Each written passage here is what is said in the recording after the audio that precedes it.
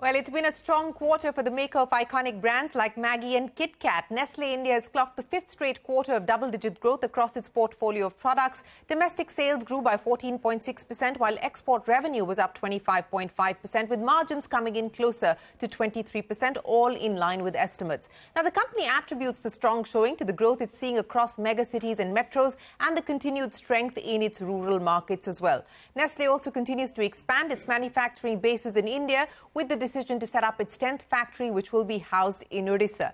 For Suresh Narayanan, the chairman and managing director of Nestle India, who's been in office since the middle of 2015, the strategy has been, in his words, to be, and I quote, boringly consistent rather than brilliantly erratic. Joining me on the record today is the man himself, Mr. Narayanan. Always a pleasure. Many thanks for joining us here on CNBC-TV18. I agree with you that consistency is often an underrated virtue, but, you will only get rewarded and appreciated and recognized if you consistently deliver above industry level growths. Subpar consistent metrics will not be appreciated at all, and you've been able to do that. So let me start by asking you, in the immediate term, in terms of volume growth, what's the expectation given the environment, and what's the aspirational volume growth target? Thank you, Shereen. As always, a pleasure participating in your program.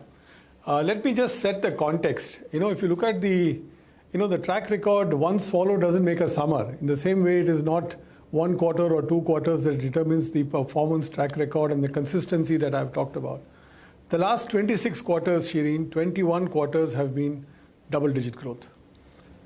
In that, almost 15 out of the 26 quarters have been quarters of double-digit profit growth. The return on equity of the company is close to 100%. The innovation rate has been clicking at over 5% of sales. The infrastructure, the brands, the digital connect, the analytics and digitization programs of the company have been extremely strong. If you look at the last 6 quarters itself, we've had an average organic growth of about 15% and a volume and mix growth put together of about 6%. The 7-year track record of the company shows an organic growth of close to 11% and an underlying volume growth of 7%, 7 to 8%. So therefore, penetration-led volume growth has been the core strategy of the company. And I can only tell you that going forward, this strategy remains relevant, remains consistent to our competitiveness, and remains the core mantra that we will be using to grow this company, for which new capital investments, new investments in brands, investments in people, infrastructure are all being done. So I can only tell you, Shereen, that I think we are hopefully now coming out into a period of slightly less inflation than what we have seen, and hopefully sets the ground for better volume-led growth. If I could ask you to quantify that for us, you said that the environment as far as inflation is concerned is looking better, and we're coming off, decadal high inflation that we saw in 2022 particularly. What could that mean in terms of volume growth, if you can quantify that on the back of what you've just articulated for us? Look, if you look at our 2022 results, the company grew by about 14% in turnover terms. In that 14%, about 10% was organic growth, value growth, and about 4% was volume growth. The trend for the company was about 7 to 8% volume growth, which in a period of high inflation, and you would recall, Shereen, that 2022 saw unprecedented inflation. The inflation of 2019, 20, and 21 was less than the inflation in 2022. So in 2022, we had a 10% organic growth and a 4% volume growth. Going forward, at the first half of this year, we have had about 4 to 5% volume growth and mixed growth coming in. Going forward, if the inflation moderates, and there is a big if to that, the volume growth would get back into the trend line for the company, which is the 7 to 8% volume growth that we have seen. That's what the expectation and the underlying kind of rhythm of the market dictates. Okay, so 7 to 8% volume growth is what you're hoping for as the trend line if, in fact, inflation continues to moderate. Let me now address the 4 Ps. Portfolio, penetration, premiumization and pricing. You gave us some indication of penetration, but let's start by talking about portfolio. In the last 7 years, Mr. Narayanan, you've seen a launch of about over 100 products, new products, 110 to be specific. What can we expect now in terms of portfolio? What is the trajectory that we should expect? And what will be the points of emphasis within the portfolio? Shereen, I think this question needs to be understood from the point of view of the consumer trend, because after all, portfolio is determined also by the consumer trends in the market. There are 3 broad trends that one is seeing in the market. One is a strong trend towards premiumization of brands. So consumers are trending up in terms of certain categories, brands, and certain preferences. Secondly, there is a strong preference for brands which have got high quality, safety and nutrition embedded in those categories. And the third, in a situation of still continuing economic stress of some sort or the other, there is a play also on the mainstream and on the price points. Nestle operates in all these 3 spaces. So I am seeing premiumization happening across the portfolio. So all categories of the company, the 4 core categories of the company, are going to see a premiumization thrust. As far as price points are concerned, still our portfolio has about a third of the portfolio which is price point led, which will continue to be astutely managed by a combination of cost efficiencies, recipe efficiencies and pricing. And finally, we will also be looking at getting into some new categories in order to establish the new pillars of growth. As I speak to you, apart from the 110 odd products that have been launched, which you just referred to, there are about 30 odd projects which are on the anvil in terms of new products and new categories. About 10 new product launches have already happened in 2023 in the first half, more to come. So really one is complementing this, Shereen, with an increasing proclivity of small town India, or Bharat as I call it, moving towards our brands. So whether it is tier 2 towns to tier 6 towns or indeed rural markets, this is the time one is seeing that they are actually adopting our brands. So a few years ago, if I were to visit a rural market, let's say in UP or in Madhya Pradesh or any of these states, I would have found at best 2 or 3 SKUs of the company on the shelf. Today I find 10 or 15. With the improvement in infrastructure, which has been undertaken by the government, I think distribution has become much smoother. Access has become much smoother. With the digital revolution and the consumption of data, and India being number 1 on data now, the aspiration seeks availability. And that is really part of the core of the rural strategy that we are looking at as a company. So consumer trends, together with an increasing adoption of brands in small town India and Bharat, is probably what is going to propel the growth of this company forward.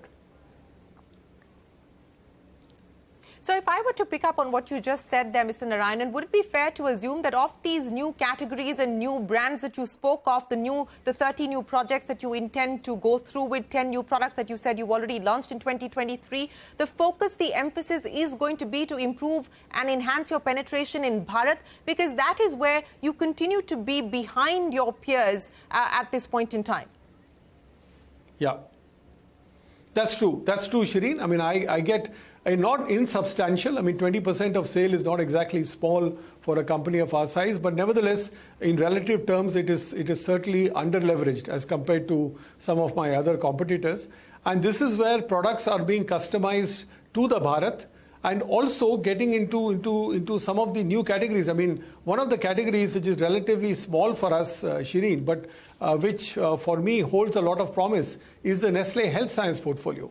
Specialized products for people with particular ailments, or indeed specialized protein supplements for people with particular conditions. I think this is a very interesting category for us. Pet care is a very interesting category for us in terms of enhancing our footprint. I think we are on the journey that has been pioneered by our Prime Minister on the millet adoption. We have a couple of products already in the market with millet in it, and more to follow. So a combination of all of these is what will make the portfolio and what will make the footprint of the company much stronger than what it is today. So if I can just pick up on the health science division that you just spoke of, Mr. Narayanan, which includes supplements, weight management products, diabetes products, etc. What could the revenue contribution be over the next few years from the health sciences division? Because that is clearly a growth engine that you intend to bet on. I would really, more than Shereen, look at it for the next 2 years, look at it for the next 5 to 10 years, because these are products that take some time to build up. I mean, there are different products. You rightly said weight management products in nutrition supplementation. We have launched immunofibers. The latest product is a product called Thicken Up Clear for people who suffer from dysphagia, which is the inability to swallow. Post recovery cancer patients, and indeed some of the elderly population as well would use this product in order to swallow the food and have a better nutrition intake. Now, this is a category that is relatively slow burn.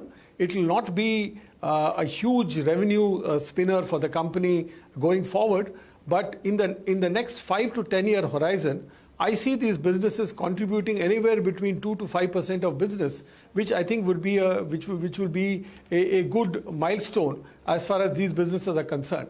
More importantly, they reinforce the nutrition credentials and the scientific credentials of the company that has a halo effect on the entire portfolio. And that, to me, is the more exciting proposition that is important in these categories.